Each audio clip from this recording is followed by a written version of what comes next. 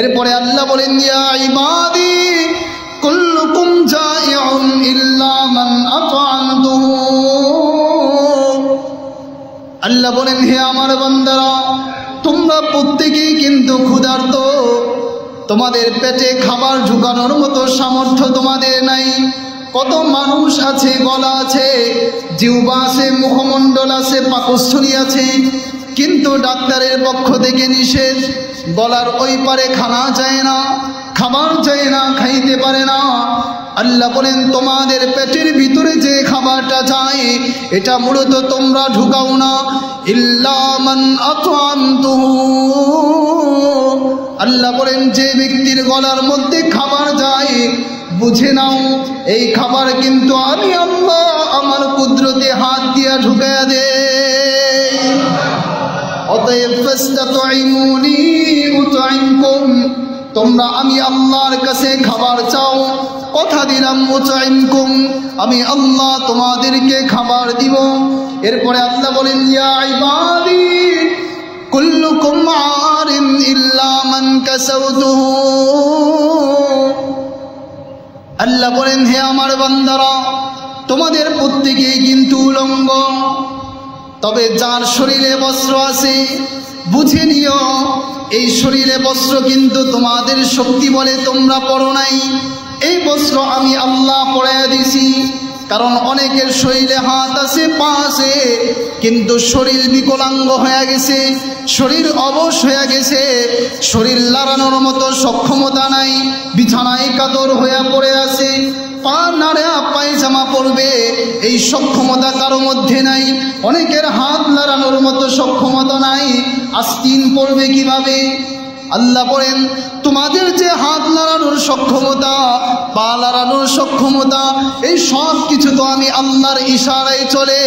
অতএব তোমাদের শরীরে যে পোশাকটা তোমরা পরেছো এটা তোমরা পরো নাই, এটা মূলত আমি আল্লাহ আমার কুদরতে হাত দিয়া পরাইয়া দিছি। অতএব ফাস্তাকসুনি আকসুকুম, অতএব হে আমার বান্দারা আমি আল্লাহর কাছে পোশাক চাও, আমি আল্লাহ কথা দিলাম তোমাদেরকে পোশাক পরাইয়া দিব। সুবহানাল্লাহ। এভাবে আল্লাহ ভালোবাসা দিয়া ডাক দিয়া দিয়া বান্দাদেরকে বলেন যে বান্দারা তোর জীবনের হরকত সাকানাত যা কিছু হয় এগুলাতে তোর দখলদারিত্ব নাই, তোর শক্তির কিছু নাই। নাইলে তুই হসপিটালের বেডিংয়ে তাকা, কত মানুষ পড়ে আছে শরীরে লড়াইতে পারে না, তুই তো লড়াস। কত মানুষের চোখ আছে দেখতে পারে না, তোর চোখ আছে তুই অনেক দূরে দেখিস, মূলত তোর কোনো সক্ষমতা নাই, তুই তো দুর্বল বান্দা। ওয়াখুলিকাল ইনসানু দাঈফা, মানুষকে তো দুর্বল করে বানানো হয়েছে। তুই যে দেখিস, তুই যে চলিস, তুই যে বলিস, এই সব কিছু কার ইশারায়? বলেন না কার ইশারায়? এরপরে আল্লাহ বলেন ইয়া ইবাদি, ও আমার বান্দারা, ইন্নাকুম তুখতিউনা বিল-লাইলি ওয়ান-নাহার, তোমাদের অভ্যাস তো হলো তোমরা দিবারাত্রি শুধুই গুনাহ করবা। সুবহানাল্লাহ। ওয়া আনা আগফিরুয যুনুবা জামিআ, আল্লাহ বলেন আমি আল্লাহর শান হলো আমি শুধু ক্ষমা করতে থাকবো। আল্লাহ বলেন ইয়া ইবাদি ইন্নাকুম তুখতিউনা বিল-লাইলি ওয়ান-নাহার ওয়া আনা আগফিরুয যুনুবা জামিআ ফাস্তাগফিরুনি আগফির লাকুম। আল্লাহ বলেন ও আমার বান্দারা তোমাদের অভ্যাসটা হলো এই তোমরা দিবারাত্রি শুধু গুনাহ করবা, আমার অভ্যাসটা হলো এই আমি শুধু ক্ষমা করব, কিন্তু একটা শর্ত, ফাস্তাগফিরুনি, তোমরা আমি আল্লাহর কাছে একটু গুফরান তলব করো, একটু মাগফিরাত চাও, আল্লাহ মাফ করে দেন, কথা দিলাম আর করব না। আল্লাহ বলেন শুধু যদি এতটুকু পাওয়া যায় আগফির লাকুম, আমি সঙ্গে সঙ্গে তোমাদেরকে ক্ষমা করে দিব। এরপরে আল্লাহ বলেন ইয়া ইবাদি ইন্নাকুম লান তাবলুগু দররি ফাতাদুররুনি ওয়ালান তাবলুগু নাফঈ ফাতানফাউনি। আল্লাহ বলেন ও আমার বান্দারা তোমরা যদি সবাই মিলে সমস্বরে সবাই একতাবদ্ধ হয়ে আমি আল্লাহর ক্ষতি সাধন করতে চাও, মনে রেখো আমি আল্লাহর ক্ষতি সাধন কখনো করতে পারবো না। যদি উপকার সাধন করতে চাও, উপকারও করতে পারবো না, কারণ আমি আল্লাহ তো সর্বময় শক্তিধর সত্তা। আমি আল্লাহর উপকারের কোনো প্রয়োজন হয় না। সুবহানাল্লাহ।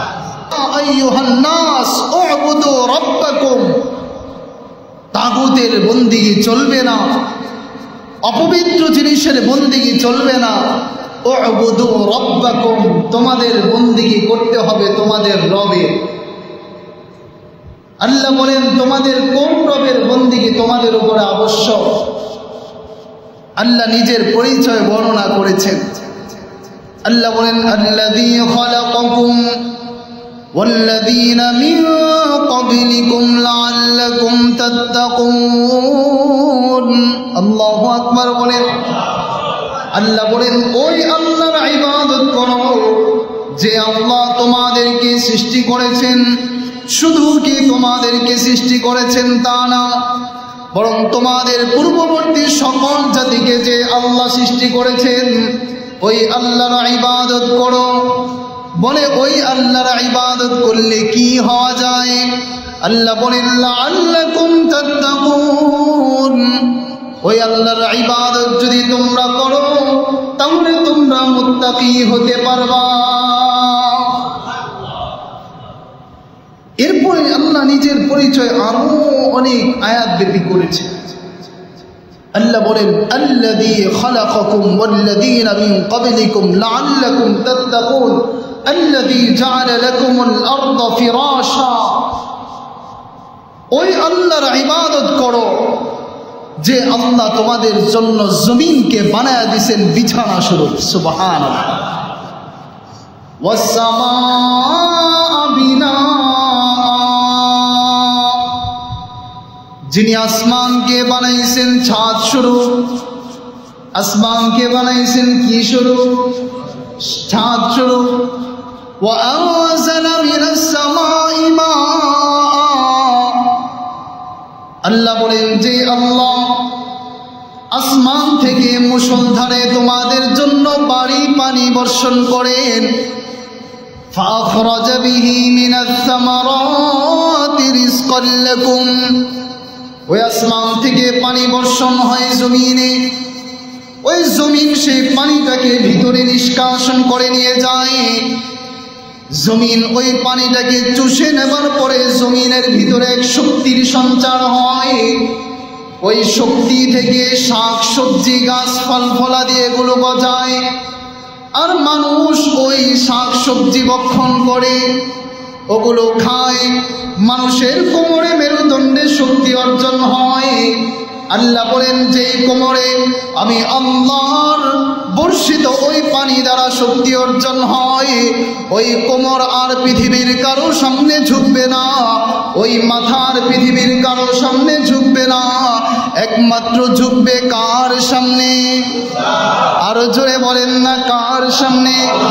এই জন্য আল্লাহ বলেন ফালা তাজআলু লিল্লাহি আনদাদা ওয়া আনতুম তা'লামুন। আল্লাহ বলেন এত যত সব কিছু আমি আল্লাহ বানাইছি, আমি আল্লাহই সৃষ্টি করেছি, অতএব আমি আল্লাহর সাথে দ্বিতীয় কোনো সমকক্ষ স্থাপন করা যাবে না। সুবহানাল্লাহ। আল্লাহ বলেন বন্দেগী শুধু আমি আল্লাহ চলবে। ইন্না রাব্বাকুমুল্লাহ। আল্লাহ বলেন তোমাদের রব কোন আল্লাহ? শোনো, তোমাদের রব হলেন এমন আল্লাহ আল্লাযী খালাকাস সামাওয়াতি ওয়াল আরদা ফি সিত্তাতি আইয়াম। যে আল্লাহ টোটাল আসমান জমিন সব কিছুকে মাত্র 6 দিনে সৃষ্টি করেছেন। কয় দিনে? 6 দিনে টোটাল সব কিছুকে সৃষ্টি করে ফেলেছেন। সুম্মা ইসতাওয়া আলাল আরশ। 6 দিনে সৃষ্টি করার পরে আল্লাহ পাক আরশের উপরে সমাসীন হয়েছেন। ওই আরশের চেয়ারটা কিরকম? আল্লাহ বলেন ওয়াসিআ কুরসিয়ুস সামাওয়াতি ওয়াল আরদ, আমি আল্লাহ যে আরশের চেয়ারের উপরে বসা, ওই আরশের চেয়ারের খুঁটিগুলা সাত আসমান জমিন সব কিছুকে ঘিরে আছে। ওই আরশের উপরে আল্লাহ সমাসীন হয়েছে। এরপরে আল্লাহ বলেন তোমাদের রব কোন আল্লাহ? তোমাদের রবের পরিচয় ভালো করে শুনে নাও। ইউগশিল লাইলান নাহার ইয়াতলুবুহু হাসীসা। আল্লাহ বলেন তোমাদের রব হলেন ওই আল্লাহ, যেই আল্লাহ রাত্রকে দিবসের মধ্যে ঢুকায়া দেন, আবার দিবসকে রাতের মধ্যে ঢুকায়া দেন। একটার পরে আরেকটাকে অটো সেটিং করে দিয়েছেন। দিবসের পরে রাত্র আসতে থাকে, আর রাত্রের পরে আবার দিবস আসতে থাকে। এই ক্ষমতা কার? পৃথিবীর আর কারো আছে নাকি? পৃথিবীর আর কারো এই শক্তি নেই।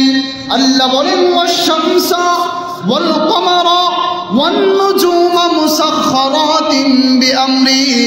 আল্লাহ বলেন ওই আকাশের যে সূর্যটা দেখো, ওই যে আকাশে যে চন্দ্রটা দেখো, ওই যে নক্ষত্র রাজিগুলা দেখো, মুসাখখারাতিন বিআমরি, এই সব কিছু আমি আল্লাহর আদেশে পরিচালিত হয়। আল্লাহ বলেন আমি হলাম সেই আল্লাহ, তোমাদের সেই রব। অতএব এত সব কিছু আলা লাহুল খালক ওয়াল আমর, শোনো বান্দারা, এত সব কিছুর সৃষ্টি যার, হুকুম চলবে শুধুই তার, ইবাদত চলবে শুধুই তার। তাবারাকাল্লাহু রাব্বুল আলামিন। আল্লাহ বলেন মহান আল্লাহ কতই না বরকতময়। সুবহানাল্লাহ। আমরা তো সেই আল্লাহর ইবাদত করি, এজন্য আল্লাহ পাকের আজমত সিনার মধ্যে ঢুকাইতে হবে। আল্লাহর মোহাব্বত, আল্লাহর শান সিনার মধ্যে ঢুকাইতে হবে যে আমরা যে আল্লাহর ইবাদত করি, ওই আল্লাহ কেমন মহান আল্লাহ, ওই আল্লাহ কেমন বড় আল্লাহ, কেমন শানওয়ালা আল্লাহ, কেমন আজমতওয়ালা আল্লাহ। এটা সিনার মধ্যে যখন ঢুকাবো, আল্লাহর কসম করে বলি, তখন আমার একটা সেজদায় আরশ কেঁপে উঠবে। আরে আবু বকরের ঈমানের দাম এত বেশি কেন? আবু বকর রাদিয়াল্লাহু তাআলা আনহুর ঈমান এক পাল্লায় রাখা হলে বাকি সকল সাহাবী সহ দুনিয়ার সকল ঈমানদারদের ঈমান এক পাল্লায় রাখা হলে আবু বকরের ঈমানের পাল্লা কেন ভারী হয়? কারণ আবু বকর আল্লাহর ওইসা শান দিলের মধ্যে ঢুকাইছে, আল্লাহর ওরকম আজমত দিলের মধ্যে ঢুকাইছেন, যার কারণে আবু বকরের এক সেজদা গোটা কুল কায়নাতের সকল সেজদার চাইতে আল্লাহর কাছে দাম। এজন্য আল্লাহ পাককে আগে চিনতে হবে। আল্লাহকে যদি আগে চিনি, তাহলে আমার ইবাদতের দাম বেড়ে যাবে, আমার এক এক রাকাত নামাজের দাম আল্লাহর কাছে বেড়ে যাবে। এজন্য আল্লাহ পাকের শান আজমত নিয়া দিলের মধ্যে বিশাল পরিষদে আলোচনা থাকা দরকার।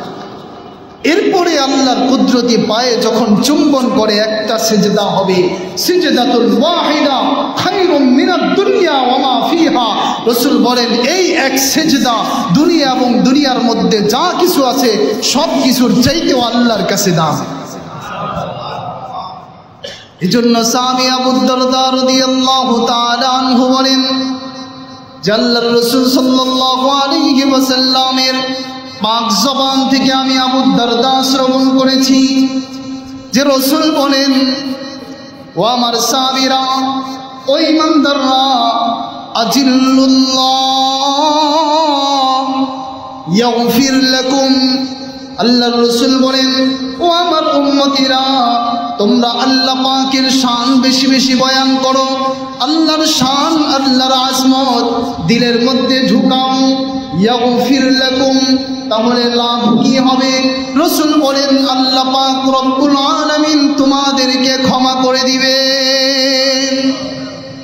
আল্লাহর শান যখন দিলের মধ্যে ঢুকাবো, মুখে বয়ান করব, তাহলে রসুল বলেন আল্লাহ তোমাদেরকে ক্ষমা করে দিবে।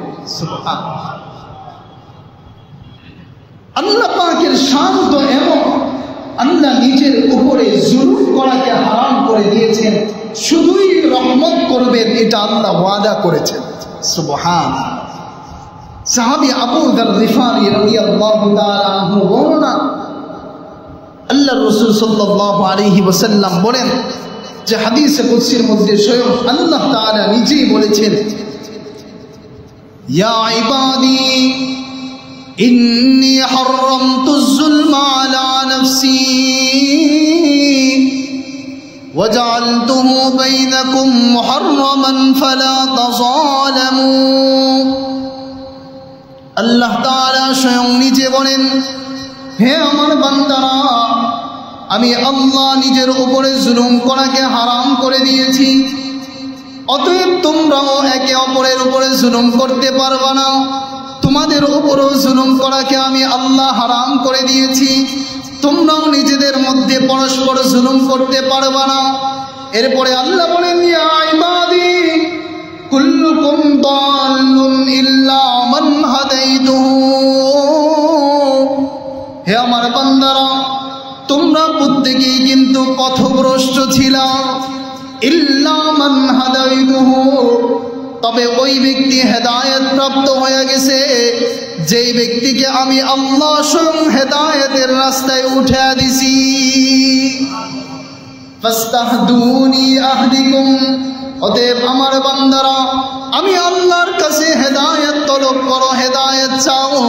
কথা দিলাম আহদিকুম, আমি আল্লাহ তোমাদেরকে হেদায়েত দিব। এরপরে আল্লাহ বলেন, ইয়া ইবাদি কুল্লুকুম জাইউন ইল্লা মান আত'আমতুহু। আল্লাহ বলেন, হে আমার বান্দারা, তোমরা প্রত্যেকেই কিন্তু ক্ষুধার্ত, তোমাদের পেটে খাবার ঢুকানোর মতো সামর্থ্য তোমাদের নাই। কত মানুষ আছে, গলা আছে, জিহ্বা আছে, মুখমণ্ডল আছে, পাকস্থলী আছে, কিন্তু ডাক্তারের পক্ষ থেকে নিষেধ, গলার ওই পারে খানা যায় না, খাবার যায় না, খাইতে পারে না। আল্লাহ বলেন, তোমাদের পেটের ভিতরে যে খাবারটা যায় এটা মূলত তোমরা ঢুকাও না, ইল্লা মান আত'আমতুহু। আল্লাহ বলেন, যে ব্যক্তির গলার মধ্যে খাবার যায়, বুঝে নাও এই খাবার কিন্তু আমি আল্লাহ আমার কুদরতে হাত দিয়া ঢুকায়া দে। অতএব ফাস্তাতঈমুনি উতঈমকুম, তোমরা আমি আল্লাহর কাছে খাবার চাও, কথা দিলাম উতঈমকুম, আমি আল্লাহ তোমাদেরকে খাবার দিব। এরপরে আল্লাহ বলেন, ইয়া ইবাদি কুল্লুকুম আরিন ইল্লা মান কাসাউতুহু। আল্লাহ বলেন, হে আমার বান্দারা, তোমাদের প্রত্যেকেই কিন্তু উলঙ্গ, তবে যার শরীরে বস্ত্র আছে বুঝে নিও, এই শরীরে বস্ত্র কিন্তু তোমাদের শক্তি বলে তোমরা পরো নাই, এই বস্ত্র আমি আল্লাহ পরাইয়া দিছি। কারণ অনেকের শরীরে হাত আছে, পা আছে, কিন্তু শরীর বিকলাঙ্গ হয়ে গেছে, শরীর অবশ হয়ে গেছে, শরীর লাড়ানোর মতো সক্ষমতা নাই, বিছানায় কাতর হয়ে পড়ে আছে, পা নাড়া পায়জামা পরবে এই সক্ষমতা কারো মধ্যে নাই, অনেকের হাত নাড়ানোর মতো সক্ষমতা নাই, আস্তিন পড়বে কিভাবে? আল্লাহ বলেন, তোমাদের যে হাত নাড়ানোর সক্ষমতা, পা নাড়ানোর সক্ষমতা, এই সব কিছু তো আমি আল্লাহর ইশারায় চলে। অতএব তোমাদের শরীরে যে পোশাকটা তোমরা পরেছো এটা তোমরা পরো নাই, এটা মূলত আমি আল্লাহ আমার কুদরতে হাত দিয়া পরাইয়া দিছি। অতএব ফাস্তাকসুনি আকসুকুম, অতএব হে আমার বান্দারা, আমি আল্লাহর কাছে পোশাক চাও, আমি আল্লাহ কথা দিলাম তোমাদেরকে পোশাক পরাইয়া দিব। সুবহানাল্লাহ। এভাবে আল্লাহ ভালোবাসা দিয়া, ডাক দিয়া দিয়া বান্দাদেরকে বলেন যে বান্দারা, তোর জীবনের হর কাজ সাকানাত যা কিছু হয় এগুলাতে তোর দখলদারিত্ব নাই, তোর শক্তির কিছু নাই।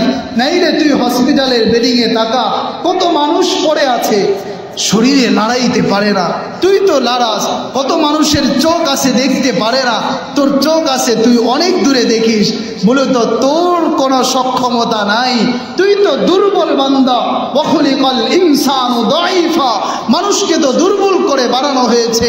তুই যে দেখিস, তুই যে চলিস, তুই যে বলিস, এই সব কিছু কার ইশারায়?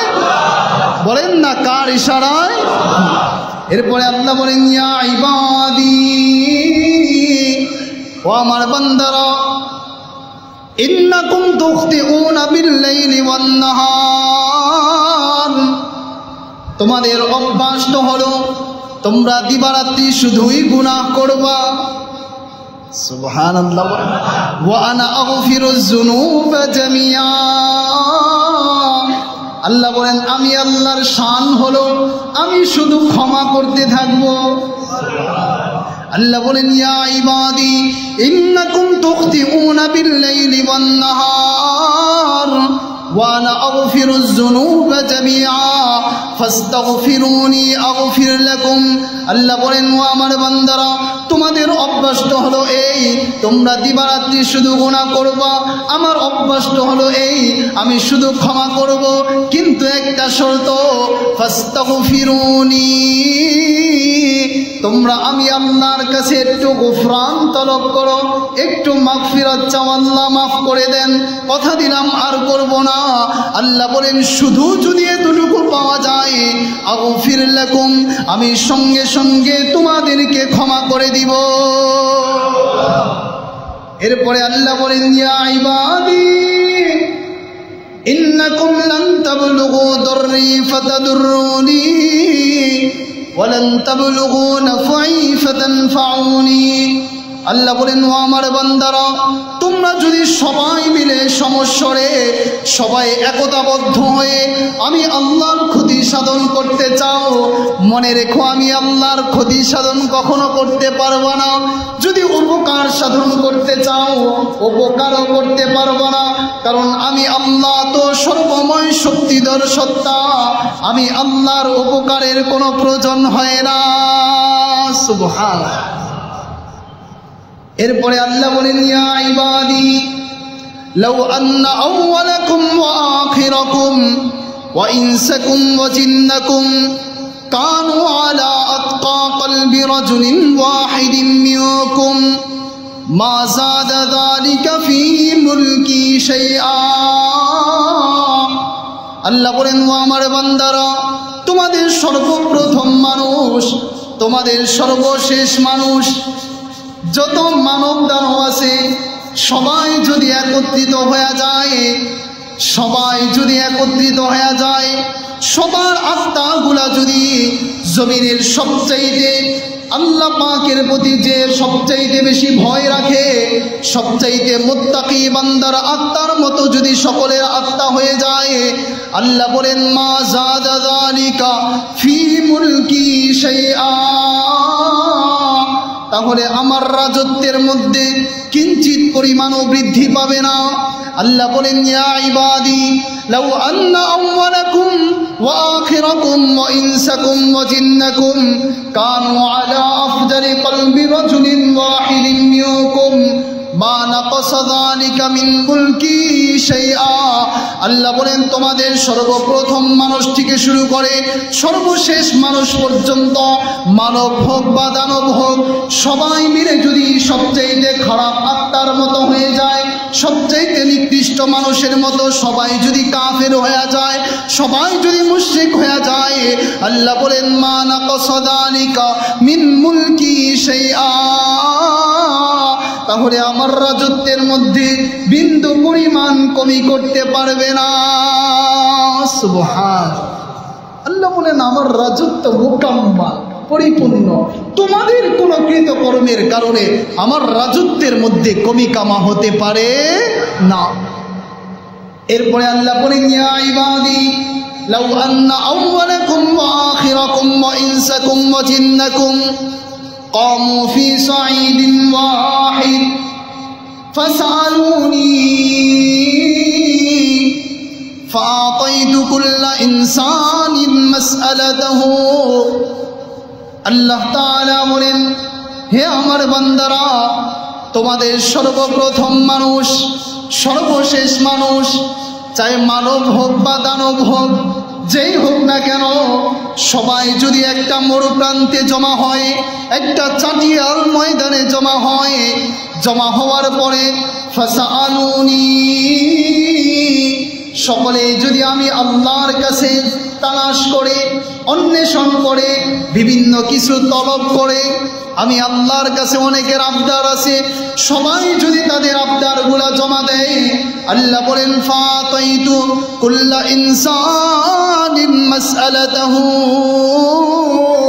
আমি যদি সকল মানুষের সব আবদারগুলোকে যদি আমি আল্লাহ পূরণ করে দেই, আল্লাহ বলেন সমুদ্রের ভিতরে একটা সুই ঢুকানোর পরে ওই সুইটা যখন সমুদ্রের বুক থেকে উঠানো হয়, ওর ভিতরে যতটুকু পানি উঠে আসে, সমুদ্রের ভিতর থেকে সামান্য পানিও কমে না। আল্লাহ বলেন আমার কুদরতি খাজানা থেকে ওই পরিমাণও কমে না। যদি তোমাদের সকলের আবদার পূরণ করে দেই, মানব দানব সকলের সব আবদার যদি আমি আল্লাহ দিয়ে দেই, আমার কুদরতি খাজানা থেকে ওই পরিমাণ কমবে না। সমুদ্রের বুকে, সমুদ্রের ভিতরে একটা সুই ঢুকানোর পরে ওর মাথায়, ওর ডগায় যে পরিমাণে পানি বিন্দু উঠে আসবে, ওই পরিমাণও আমার খাজানা থেকে কমবে না। সুবহানাল্লাহ, আমার খাজানা এত মুকাম্মাল। আল্লাহ তাআলা পরিশেষে, সর্বশেষে, হাদিসের শেষে বলেন, আল্লাহ বলেন ইয়া ইবাদি ইন্নামা হিয়া আমালুকুম ওয়া উহসিহা লাকুম। আল্লাহ বলেন আমি আল্লাহর শান পরিপূর্ণ বয়ান করে দিলাম, অতএব আমল করা, আমি আল্লাহকে চিনা তোমার দায়িত্ব, আমল করা তোমার দায়িত্ব। ওয়া উহসিহা লাকুম, মনে রেখো যা কিছু আমল করো না কেন আমি আল্লাহ এটা লিপিবদ্ধ করে রাখছি। সুম্মা উওয়াফিকুম ইয়াহা, কাল কিয়ামতের ময়দানে এই আমলের পাই টু পাই হিসাব হবে, পাই টু পাই বদলা আমি আল্লাহ দিব। মনে রেখো ফামান ওয়াজাদা খায়রান ফালইহমাদিল্লাহ ওয়া মান ওয়াজাদা গায়রা যালিকা ফালা ইয়ালুমান্না ইল্লা নাফসা। আল্লাহ তাআলা বলেন আমি আল্লাহ এত কিছু বয়ান করে দিলাম, অতএব তোমাদের যদি নেক কাজ করার তৌফিক হয়, মনে রেখো তোমরা নিজ শক্তি বলে করো নাই, আমি আল্লাহ তৌফিক দিয়েছি, এই জন্য করেছ। এই জন্য যেই কোনো ইবাদত করো, যেই কোনো কল্যাণকর কাজ করো, ফালইহমাদিল্লাহ, আলহামদুলিল্লাহ বলো। যে কোনো কল্যাণ কাজ করলে কি বলতে হয়? আলহামদুলিল্লাহ বলতে হয়। যে আল্লাহ আপনারই জন্য সকল প্রশংসা, কারণ আপনি তৌফিক দিয়েছেন এই জন্য করেছি, নাইলে নামাজ পড়তে পারতাম না, যাকাত দিতে পারতাম না, রমজানের রোজা রাখতে পারতাম না, হজ করতে যাইতে পারতাম না। আপনি সক্ষমতা দিয়েছেন এই জন্য করেছি, এই জন্য পড়া আলহামদুলিল্লাহ। আর যদি নেক কাজ করার তৌফিক না হয়, ফালা ইয়ালুমান্না ইল্লা নাফসাহু, আল্লাহ বলেন তুমি কিন্তু নিজেকে বর্ষনা করো, কারণ তোমাকে দুইটার সক্ষমতা দেওয়া হয়েছে। হয়তো নামাজ পড়বা বা নামাজ পড়বা না, তুমি নিজ ইচ্ছা বলে আসো নাই, এজন্য তুমি নিজেকে ধিক্কার দাও যে আমি নামাজ পড়তে পারি নাই। এটা বলিও না যে আল্লাহ তৌফিক দেয় নাই এই জন্য পড়ি নাই। তোমার নিজের মন হলো সবচেয়ে বড় শয়তান। এজন্য আল্লাহ বলেন যে তুমি নিজেকে বর্ষনা করো, খারাপ কাজ করলে নিজেকে আগে বর্ষনা লাগাও, আমি আল্লাহকে বর্ষনা করিও না, গালি দিও না। এজন্য মেরে দোস্ত, আল্লাহ পাকের এই আজমত, আল্লাহ পাকের এই শান যখন সিনার ভিতরে ঢুকবে, ইবাদতে ভিন্ন রকম এক মজা মিলবে। ইবাদতের ভিতরে এই জন্যই তো রসুল শিখাইছেন যে ইবাদতের মধ্যে ইহসান কাকে বলে। ইবাদতের মধ্যে ইহসান বলা হয় আন তা'বুদাল্লাহা কাআন্নাকা তারাহ ফাইন লাম তাকুন তারাহু ফাইন্নাহু ইয়ারাক। যে যখন আমি ইবাদতে দাঁড়াইব, আল্লাহ পাকের শান, মহত্ব, বড়ত্ব সব কিছু দিলের মধ্যে নিয়া এক মহব্বত আর ভালোবাসা, এক প্রেম আর সোহাগ প্রীতি নিয়া আমি যখন আল্লাহ পাকের কুদরতি পায়ের সামনে দাঁড়াবো, তখন রসুল বলেন, তখন এই ইবাদতের মধ্যে ইহসান কি? এই ইবাদতের মধ্যে ইহসান হলো তুমি কেমন জানি সরাসরি তোমার ইবাদতের মধ্য দিয়ে তুমি আল্লাহকে দেখতে পাচ্ছ। আল্লাহকে দেখতে পাওয়া যায় ইবাদতের মধ্য দিয়া। আল্লাহর এক মজা, এক স্বাদ ভিতরে অনুভব করা যাবে কিভাবে? আল্লাহ পাকের আজমত আর শান যদি ভিতরে ঢুকানো যায় সেভাবে মিলবে, এর বাহিরে মিলবে। এজন্য মেরে দোস্ত, আল্লাহ পাকের বন্দেগী তো করবেও, আগে আল্লাহকে চিনতে হবে। জমিনের বুকে সূর্যেরও পূজা হয়, চন্দ্রেরও পূজা হয়, নক্ষত্র, তারা, গ্রহ, গ্যালাক্সি এগুলোরও পূজা হয়। বিশাল বড় এক বটমূল তৈরি হয়েছে, এটারও পূজা হয়। দোস্ত, এগুলার ভিতরে কি শক্তি আছে? আল্লাহ বলেন, যে তলব করছে বান্দা ও তো নিজেই দুর্বল, যার কাছে চাইতেছে ও দুর্বল। কারণ এই বটমূল 2 দিন পরে এটাকে কেটে ফেলা হয়, ওর কাছে চাওয়ার কি আছে? ও কি দিবি? আচ্ছা, একটা সমুদ্রের বুকে যদি কেউ বলে যে একটা নৌকা এমনি এমনিই চলতেছে, কারো কাছে কি বিশ্বাস হবে যে এই পার থেকে ওই পারে চলে যাচ্ছে একটা নৌকা নির্দিষ্ট আকারে, এই ঘাট থেকে ওই ঘাটে যাচ্ছে, কিন্তু এই নৌকার কোনো পরিচালক নাই, কোনো মাঝি নাই? এটা কি কেউ বিশ্বাস করবে? সবাই বলবে না পাগল। তো একটা নৌকা যদি তার মালিক ছাড়া, তার মাঝি ছাড়া না চলে, এই বিশ্ব ব্রহ্মাণ্ড, আসমান, জমিন, টোটাল সব কিছু আল্লাহর ইশারা ছাড়া চলবে কিভাবে? যারা আল্লাহর অস্তিত্বকে অস্বীকার করে ওরা এইটার জবাব দেয়। যারা বলে যে না এমনিতেই চলছে, এমনিতেই তো চলে না। আল্লাহ তো বলেন, ওয়ামা তাসকুতু মিন ওয়ারাকাতিন ইল্লা ইয়ালামুহা ওয়ালা হাববাতিন ফি যুলুমাতিল আরদি ওয়ালা রাতবিন ওয়ালা ইয়াবিসিন ইল্লা ফি কিতাবিন মুবিন। আল্লাহ বলেন, একটা গাছের পাতা যখন পড়ে আমি আল্লাহর ইশারায় পড়ে, সুবহানাল্লাহ, ওটা আমি আল্লাহর ইলমে আছে। জমিনের ভিতরে একটা বীজ বপন করা হয় অন্ধকারে, কোথায় বীজ বপিত হয়েছে, এই বীজ থেকে কিভাবে গাছ উঠবে, সব আমি আল্লাহর কুদরতি খাতায় লিপিবদ্ধ আছে। জমিনের যত শুষ্ক, আর্দ্র, যত ভিজা জিনিস, যত শুষ্ক জিনিস, সব কিছু আমি আল্লাহর ইলমে আছে, সুবহানাল্লাহ। এজন্য সাহাবী আবু মুসা আশআরী রাদিয়াল্লাহু তাআলা আনহু, ওনার বর্ণনা আসছে, উনি বলেন যে একবার আল্লাহর রসুল আমাদের মাঝে আল্লাহ পাকের শান বর্ণনা করার জন্য আমাদের মাঝে দাঁড়াইছে।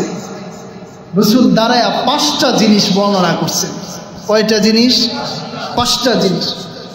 উনি বলেন, কামা ফিনা রাসূলুল্লাহ সাল্লাল্লাহু আলাইহি ওয়াসাল্লাম বিখামসি কালিমাত। একবার আল্লাহর রসুল আমাদের মাঝে দাঁড়াইছেন কয়টা কালিমা নিয়া? আরো জোরে বলেন না, কয়টা কালিমা? কার শান নিয়া? আল্লাহ পাকের শান বর্ণনা করার জন্য 5টা কালিমা নিয়া উনি একবার সাহাবীদের মাঝে দাঁড়াইছেন। সর্বপ্রথম আল্লাহ পাকের শান বয়ান করতেছেন রসুল। আল্লাহর রসুল বলেন, ইন্নাল্লাহা আযজা ওয়া জাল্লা লা ইয়ানাম ওয়ালা ইয়ানবাগি লাহু আন ইয়ানাম। আল্লাহর রসুল বলেন, আল্লাহ পাকের শান ভালো করে শোনো, নিশ্চয়ই আল্লাহ তাআলা ঘুমান না, আর ঘুমানোটা এটা আল্লাহ পাকের শানের সাথে যায়ও না। ঘুমানো আল্লাহ পাকের শানের সাথে যায় বুঝি? ঘুমানো আল্লাহ পাকের শানের সাথে যায় না। ঘুম তো এটা দুর্বলতার কারণে আসে, ঘুম তো এটা দুর্বলতার লক্ষণ। এই জন্যই তো মানুষ যদি রাত্রে ঠিক মতো না ঘুমায়, দিনের বেলা কার্যক্ষমতা হারায়া ফেলে। কারণ ঘুম এটা দুর্বলতার লক্ষণ, এটা অক্ষমতার লক্ষণ। আর আমার আল্লাহ তো সক্ষম, তিনি তো অক্ষম না, তিনি ঘুমের মুহতাজ না। এই জন্যেই তো আয়াতুল কুরসির মধ্যে আল্লাহ জানায় দেন, আরে ঘুম তো বহু দূরের কথা, লা তাখুযুহু সিনাতুন ওয়ালা নাওম। ঘুমের যে একটা তন্দ্রা ভাব, এটাও আমি আল্লাহকে কখনো আখজ করতে পারে না। রাসূল সর্বপ্রথম শান বয়ান করছে যে আল্লাহ তাআলা ঘুমান না, আর ঘুমানোটা এটা আল্লাহর শানের সাথে যায়ও না। 2 নম্বর শান রাসূল বলেন ইয়াকফিদুল কিসতা ওয়া ইয়ারফাহু। আল্লাহ তাআলা যাকে চান তাকে বেহিসাব রিজিক দেন, আর যাকে চান তাকে রিজিকের ভান্ডার থেকে একটু কম দেন। এই সক্ষমতা পৃথিবীর আর কারো আছে বুঝি? একমাত্র কার? আরো জোরে বলেন না কার? ওয়া ইয়ারযুকু মান ইয়াশাউ বিগাইরি হিসাব। আল্লাহ যাকে চান তাকে বেহিসাব সম্পত্তির মালিকানা দিয়ে দেন। এই সক্ষমতা পৃথিবীর আর কারো নাই, একমাত্র কার আছে? তো রাসূল বলেন আল্লাহ পাকের 2 নম্বর শান হলো আল্লাহ যাকে চান তাকে বেহিসাব সম্পত্তির মালিক বানায় দেন, আর যাকে চান তাকে একটু কম প্রদান করেন। 3 নম্বর শান হলো ইয়ারফাউ ইলাইহি আমালুল লাইল ক্বাবলা আমালিন নাহার। রাসূল বলেন আল্লাহ পাকের 3 নম্বর শান হলো আল্লাহ পাক হলেন এমন মহান রব, আল্লাহ পাক এমন আজমত ওয়ালা রব। কেউ যদি রাতের বেলা তার কুদরতি পায়ে সিজদা লাগায়, কেউ যদি রাতের বেলা তার জন্য আমল করে, তার কুদরতি পাকে সামনে রেখে সিজদাবনত হয়, আল্লাহ বলেন ওই সিজদা দিবস আসার পূর্বেই আল্লাহ পাক পর্যন্ত পৌঁছে যায়। ওয়ামালুন নাহারি ক্বাবলা আমালিল লাইল। রাসূল 4 নম্বর শান বলেন এমনই ভাবে দিনের বেলা যদি কেউ ইবাদতের মধ্য দিয়ে পার করে, তাহলে রাতের আমল হবার আগেই দিনের আমলটা আল্লাহ পাক পর্যন্ত পৌঁছে যায়। অনেক সর্দার, অনেক মহামানব, অনেক সরকার আছে এরকম যাদের কাছে কোনো অ্যাপ্লিকেশন করলে 1 বছর 2 বছর 5 বছর পার হয়ে যায়, তারপরেও কবুল হয় না। আছে না নাই? কিন্তু আল্লাহ পাকের কাছে দিবসের আমল জমা দিলেন, রাত্র আসার পূর্বে কবুল হয়ে যায়। রাতের আমল জমা দিলেন, দিবস আসার পূর্বে আল্লাহ পাকের কাছে কবুল হয়ে যায়। এই হলো 4টা।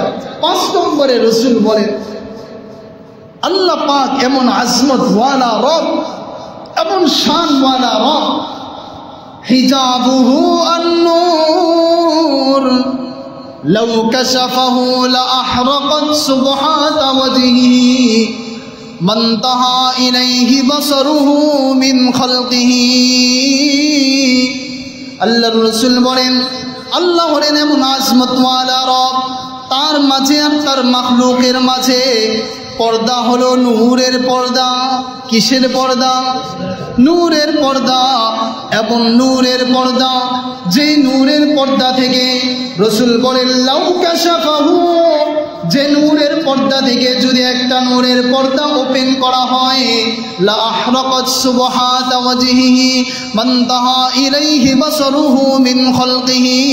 তাহলে আল্লাহ পাকের চেহারার নূরের যে তাজাল্লি আছে, আল্লাহ পাকের চেহারার নূরের যে ঝলক আছে, এটা আল্লাহ পাকের দৃষ্টি সৃষ্টিজীবের যে পর্যন্ত যাবে ওই পর্যন্ত জ্বালায়া পোড়ায়া ভস্ম বানায়া দিবে। এমন শান ওয়ালা রব যে তার ওই নূরের এত বেশি অ্যাকশন, ওই নূরের একটা পর্দা যদি ওপেন করা হয়, তাহলে সৃষ্টিজীবের যে পর্যন্ত আল্লাহর দৃষ্টি যাবে ওই পর্যন্ত সব কিছু জলে পড়ে ছাই হয়ে যাবে। আল্লাহ পাক আর মাখলুকের মাঝে এরকম নূরের পর্দা আছে। এই জন্যেই আল্লাহর রাসূল সাল্লাল্লাহু আলাইহি ওয়াসাল্লামের হাদিসের মধ্যে স্পষ্ট বর্ণনা আসছে, একবার জিবরাইল আমিন আল্লাহর রাসূলের কাছে আসলেন। আসার পরে আল্লাহর রাসূল বলতেছেন, ইয়া জিবরাইল হাল রাআইতা রাব্বাক। হে জিবরাইল, তুমি কি তোমার রবকে দেখেছো নাকি? জিবরাইলকে যখন রাসূল এই কথা বললেন, জিবরাইল বলে রাসূল এটা কি বলেন? ফান্তাফাদা জিবরাইল, জিবরাইলের শরীরে কম্পন সৃষ্টি হয়ে গেল, কাঁপাকাঁপি সৃষ্টি হয়ে গেল। জিবরাইল বলেন, ইয়া মুহাম্মদ ইন্না বাইনি ওয়া বাইনাহু 70 হিজাবাম মিন নূর লাউ দানাউতু মিন বাদিহা লাহতারাকতু। হে মুহাম্মদ শুনে নাও, আমি জিব্রাইল আর আল্লাহ পাকের মাঝে 70টা নূরের পর্দা এমন আছে, এই 70টা নূরের পর্দার কোন একটা নূরের পর্দার কাছাকাছি যদি আমি জিব্রাইল হই, লাহতারাকতু, আমি জিব্রাইল জ্বলে পুড়ে ভস্ম হয়ে যাব। আল্লাহ পাক তো এরকম শানওয়ালা, তাকে কিভাবে দেখবো? লা তুদরিকুল আবসার, জমিনের কোন চোখ তাকে দেখতে পারে না। অতএব আমরা বন্দিগি করতেছি সে শানওয়ালা রবের, সে আজমতওয়ালা রবের। এজন্য ভিতরে আল্লাহ পাকের প্রতি প্রচণ্ড আজমত, প্রচণ্ড মহব্বত, ভালোবাসা নিয়ে আমরা আল্লাহ পাকের ইবাদত করব এবং আল্লাহ পাকের আনুগত্য করার চেষ্টা করব। সর্বপ্রথম আমাদের দায়িত্ব হচ্ছে আমাদের মালিককে চিনা। সর্বপ্রথম দায়িত্ব কি? মালিককে চিনা। মালিককে যখন চিনব, তারপরেই তার কুদরতি পায়ে চুম্বন লাগানোটা সহজ হবে। নচেত বান্দা অস্বীকার করে যে আল্লাহ সব করে, এটা কেমন কথা? আল্লাহ সব করে। আল্লাহ পাক বান্দার পক্ষ থেকে যে পরিমাণে কষ্টদায়ক কথা শ্রবণ করে, আল্লাহ যে পরিমাণে ধৈর্য ধারণ করেন, অন্য কেউ হলে ভাতও দিত না। রাসূল স্পষ্ট বলেছেন, মা আহাদুন আসবার আলা আযান সামিআহু মিনাল্লাহ। রাসূল বলেন যে কষ্টদায়ক কথা শ্রবণ করে আল্লাহর চাইতে বড় সবর, ধৈর্য ধারণকারী জমিনে আর কেউ নেই। হাজারো কথা বলে মুশরিকরা আল্লাহর সাথে সন্তানকে সাবেত করে যে আল্লাহর সন্তান আছে, অথচ আল্লাহ বলেন লাম ইয়ালিদ ওয়া লাম ইউলাদ, আমি আল্লাহ কাউকে জন্ম দেই নাই, কারো থেকে জন্ম নেই নাই। এরপরে রাসূল বলেন থুম্মা ইউআফিহিম ওয়া ইয়ারযুকুহুম। জমিনের মুশরিকরা আল্লাহর সাথে সন্তান সাবেত করার পরেও এরা যখন রাত্রে ঘুমায়, আল্লাহ বলেন আমি আল্লাহ এদের পাহারাদারি করি। ওদের কানের ভিতরে কোনো পোকামাকড় ঢোকে না, ওদের নাকের ভিতরে কোনো পোকামাকড় ঢোকে না। জমিনের যত ছিদ্র আছে সবগুলো ছিদ্রের মধ্যে পোকামাকড় ঢোকে, কিন্তু কখনো তো নাকের মধ্যে ঢুকলো না, কখনো তো কানের মধ্যেও ঢুকলো না। এটা নিরাপত্তা দেয় কে? আল্লাহ। আল্লাহ বলেন আমি আল্লাহ নিরাপত্তা দিই। রাসূল বলেন আল্লাহ রিজিক দেন। এত কথা বলার পরেও আল্লাহ এতটা ধৈর্যশীল যে রাত্রেবেলা তিনি ডিউটি পালন করেন এবং তিনি রিজিক দান করেন। সুবহানাল্লাহ। এজন্য ওই মালিককে ইনশাআল্লাহ চিনব, তারপরে ওই মালিকের কুদরতি পায়ে সিজদা লাগানো আমাদের জন্য সহজ হয়ে যাবে। আল্লাহ তাআলা আমাদের সকলকে আল্লাহ পাকের আজমত শান বুঝার তৌফিক দান করেন। ওয়া মা আলাইনা ইল্লাল বালাগ। সুবহানাল্লাহ।